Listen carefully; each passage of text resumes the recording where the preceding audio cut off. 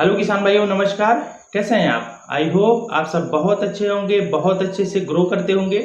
YouTube channel smart fish farming में आप सभी का स्वागत है। मैं मत्स्य पालक, आपका दोस्त, आपका भाई आशीष यादव। किसान भाइयों, आज की वीडियो में हम आप सबको बताएंगे कि अगर तालाब नया हो, न्यू तालाब हो या फिर उसमें फर्स्ट या सेकेंड कल्चर हो, तो नए तालाब में हमें कौन सी मछली का पालन करना चाहिए। क्योंकि आप सभी जानते हैं नए तालाब में पुराने तालाब के मुकाबले जो नया निजी तालाब होता है उसमें मछलियों का ग्रोथ स्लो होता है। तो फार्मर ये कंफ्यूजन में रहते हैं कि हमें स्टार्टिंग में कौन सी मछली का पालना चाहिए जिससे हमें घाटा ना लगे, प्रॉफिट हो। तो कॉल करके हालांकि पूछते रहते हैं ये क्वेश्चन, तो हमें लगा क्यों ना इस टॉपिक पे एक वीडियो बना करके हमारे प्यारे किसान भाइयों को संदेश दिया जाए, बताया जाए, जिससे उन्हें लॉस का सामना ना करना पड़े। तो किसान भी आज की वीडियो में आप सबको यही बताएंगे कि नए तालाब में हमें कौन कौन सी मछली का पालन करना चाहिए। तो अगर आप मेरे चैनल पे नए हैं, मेरे वीडियो को आप पहली बार देख रहे हैं, तो प्लीज हमारे YouTube channel smart fish farming को सब्सक्राइब कर लीजिए। हम आपको वीडियो के माध्यम से मछली पालन से संबंधित इसी तरह नई नई जानकारियां आप सबके साथ शेयर करते रहेंगे। तो बने रहिए वीडियो के अंत तक। चैनल के एक छोटे से इंट्रो के बाद फिर आप सबको हम बताते हैं कि न्यू पॉन्ड में कौन कौन सी फिश पालनी चाहिए।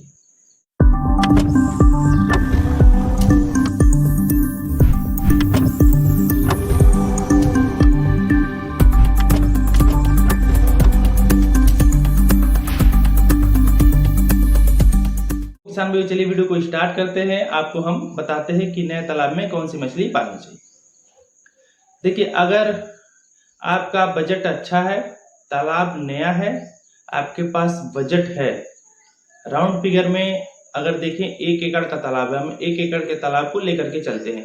1 एकड़ के तालाब मतलब 43,560 स्क्वायर फीट, यानी 4,000 स्क्वायर मीटर। तो 1 एकड़ का तालाब है। अगर आपके पास बजट है, हो सके तालाब को पुराने तालाब के तरह ग्रोथ होने वाला बनाना है, तो फर्स्ट और सेकेंड कल्चर यानी 2 कल्चर आप उसमें फंगासियस का पालन करें। क्यों फंगासियस का पालन करें? इसलिए फंगासियस वो मछली जिसे हम बैखी, प्यासी, जासर, पंकज यानी कि अन्य अन्य भिन्न भिन्न क्षेत्रों में इस मछली को भिन्न भिन्न नामों से पुकारा जाता है। हालांकि इसका जो कॉमन नेम है वो फंगासियस है, फंगासियस कहते हैं। फंगासियस एक कैटफिश फैमिली की मछली, हालांकि सारे फार्मर इसके बारे में जानते होंगे। तो फंगासियस का पालन करने से ये होता है कि फंगास बहुत ज्यादा फीड खाती है, ब्रॉयलर मुर्गे की तरह। तो बहुत ज्यादा फीड खाने की वजह से इन्हें बहुत ज्यादा बीट भी निकलता है।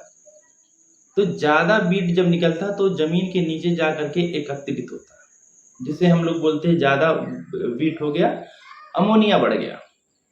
तो जो बीट निकलता है उससे इतनी भारी मात्रा में जूप्लेंटॉन और फाइटोप्लेंटॉन, जूप्लेंटॉन जो तालाब में छोटे छोटे कीड़ों के रूप में होते हैं, फाइटोप्लेंटॉन जो तालाब के तली में छोटे छोटे पौधों के रूप में उगते हैं, वो है जू और फाइटोप्लेंटॉन।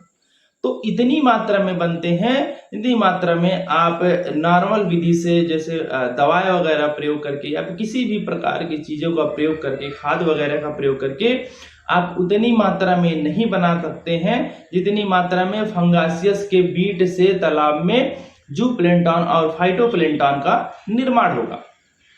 और तली में क्या है, जैसे अमूल कार्प हो गया, कॉमन कार्प हो गया, मृगल हो गया, इन सारी मछलियों के खाने हेतु फंगासियस का जो बीट होता है वो नीचे बैठता जाता है। तो आप 1 से 2 कल्चर अगर फंगासियस का कर लेंगे, उसके बाद आप उसमें आईएमसी का कल्चर करेंगे, तो तालाब आपका बना होगा, उसमें मछली का ग्रोथ बहुत अच्छा होगा। जैसे कि देसी रोहू, कतला, सिल्वर ब्रिगेड, रोहू नैनी। अगर आपके पास बजट नहीं है, फंगासियस का कल्चर नहीं कर सकते, तो आप आईएमसी कार्प का ही करना चाहते हैं, तो आईएमसी कार्प में आप उसमें 50 to 60% ग्रास कार्प की फार्मिंग करिए और बाकी 40% में 40% में बची हुई अन्य मछलियों का उसमें आप पालन कर सकते हैं। ग्रास कार्प मछली 60% क्यों, 60% क्यों?